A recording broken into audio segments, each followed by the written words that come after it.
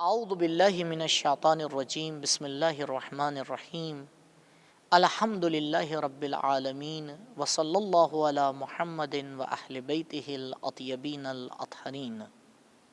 محترم ناظرین، سلام علیکم ورحمۃ اللہ وبرکاتہ۔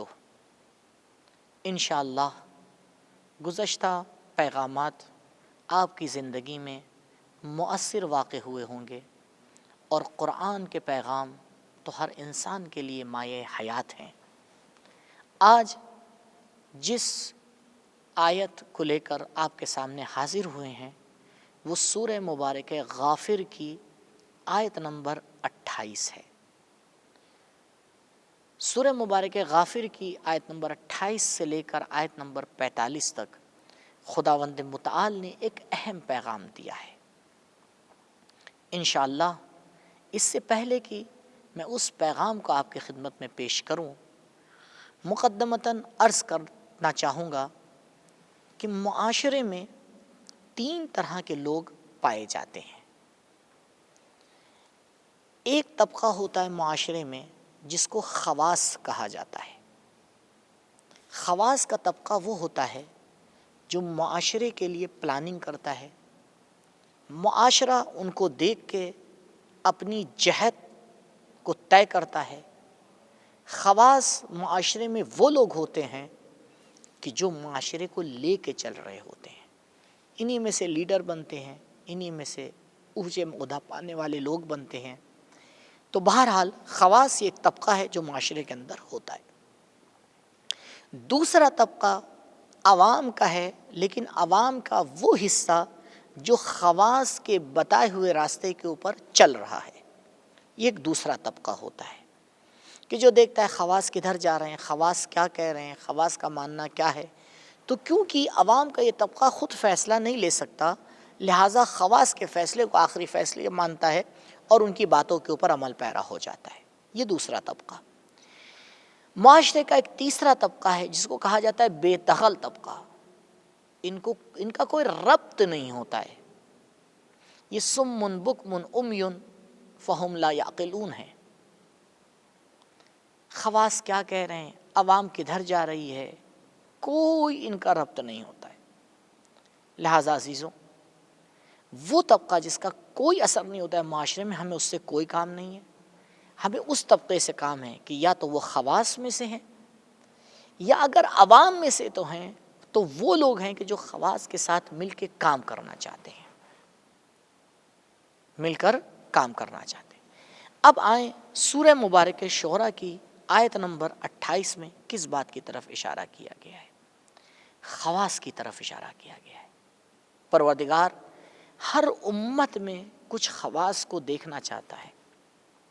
پروردگار اس بات کی طرف اشارہ کر رہا ہے کہ اگر معاشرے کے اندر کچھ لوگ بیداری کا پیغام نہیں دیں گے، معاشرہ مر جائے گا۔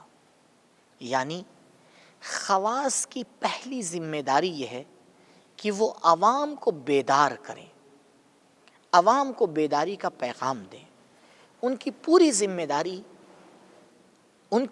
ذمہ داری معاشرے میں یہی ہوتی ہے کہ وہ آئیں اور آنے کے بعد عوام کو بیدار کریں۔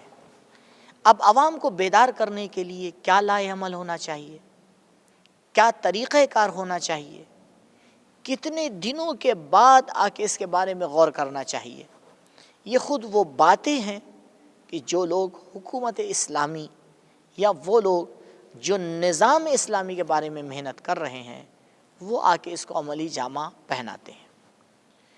یعنی وہ آ کے اس بات کے اوپر غور کرتے ہیں کہ اگر ہمیں معاشرے کے اندر بیداری لے کے آنا ہے تو ہمیں کیا کرنا پڑے گا، یا نہیں۔ اس کے ساتھ ساتھ ایک دوسرا ٹاپک بھی آپ کی خدمت میں عرض کرتا چلوں۔ آخرکار وہ کون سی چیزیں ہیں جو معاشرے کو بیدار کر سکتی ہیں۔ یعنی آج ہم جس معاشرے کے ساتھ محشور ہو رہے ہیں اس کے بارے میں ہمیں غور کرنا پڑے گا۔ ہمیں دیکھنا یہ پڑے گا کہ اس معاشرے کو بیدار کرنے کے لیے ہمیں کیا چاہیے۔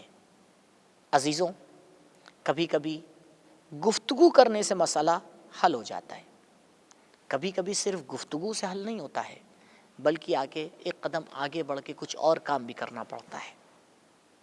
خواص کی ذمہ داری ہے ہر طریقے کا کام جس کی شریعت اجازت دیتی ہو اسے آگے معاشرے کے اندر کریں تاکہ خواص کی ذمہ داری پوری ہو سکے۔ مثال کے طور پر آپ یہ بخوبی جانتے ہیں کہ انسان اگر خود پڑھا لکھا ہے تو معاشرے کو بہتر ہدایت کر سکتا ہے۔ تو اگر ہمارے معاشرے میں کچھ ایسے افراد نہیں ہیں جو پڑھے لکھے ہیں اور معاشرے کی ہدایت کر پائیں، تو اب آپ کی ذمہ داری ہے، آپ جو سمجھدار ہیں، آپ جس کے پاس وقت ہے، آپ آگے بڑھیں اور معاشرے کو آگے بڑھانے کے جو اسکل ہیں اس کو سیکھیں۔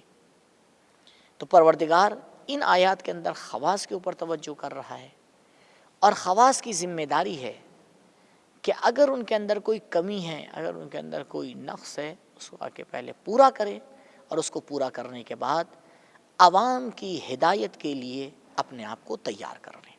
انشاءاللہ پروردگار ہمیں توفیق دے کہ ہم خواص میں شامل ہوں، اور ہمیں توفیق دے کہ ہم معاشرے کی بیداری کے لیے ہر وہ قدم اٹھائیں کہ جس سے ہمارا پروردگار راضی ہو۔